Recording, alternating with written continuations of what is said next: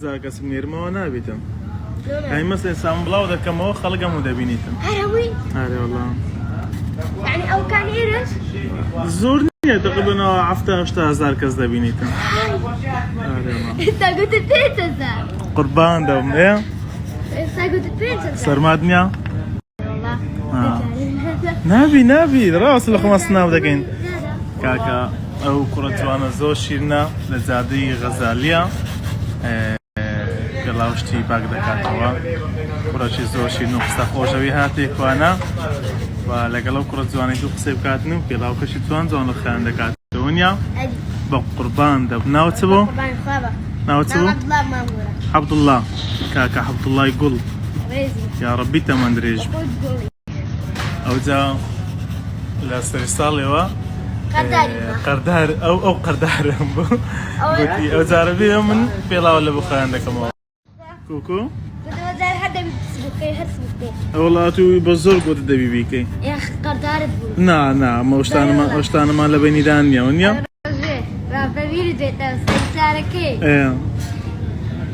ايه تشيلي هذا قبزاني ما شاء الله اللي بيقولش زور شيرين زور عقل بس ساركا رافيري ديتا ساركا بزبوي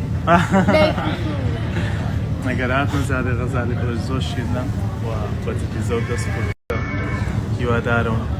ئاوڕەکی لێ بدەنەوە ئاوڕەکی کچکە و کەسانێکە گەشتەشانە دەست بێتن کە منداڵە جوانە بۆ تەمەنەوە بەجددی یانی ئیوەی نییە ئەو کاری بکات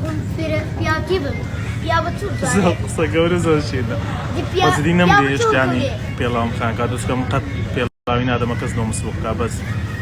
لۆ سەری ساڵی وعدی دابوو لێ جارە بێ بە زۆرش بێ یعنی ئەو شتێ دەکەم پێڵاوت خان دەکەم حەزم لێ نەبوو بەس بخوا بکەم بە زۆر یعنی کردی طبعا بياضي شو زوانا ديرو دري اوي شيء يقدك اخنا يعني ما بس ما يستاهل تمانيت يوي بخيني يعني لما كتبتي ما سلبوني بقربان الدبم ايه اتبراهيم مني باشا كارماتك شمدين قاماتك وهو قربان الدبم باشا قصة قورانا دقا قصة زوانا انا قرباني خواج دب مزار زاري بس بقرباني تجدبم عادي لو أنا ما بس بقرباني خواي أنا ما بس بقرباني خواي زور شيء نزور قصة خوشة بس يعني أفرم لو تمني أو أدباء أو أخلاق زواني هي أو شوازي قصة كدنا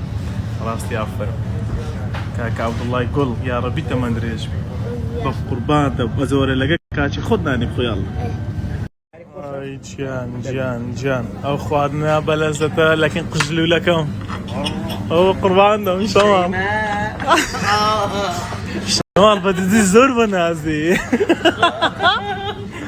ميران تخونيا هو بقرباني وحركة دم بقربان ده مشيف الله والله خوش بي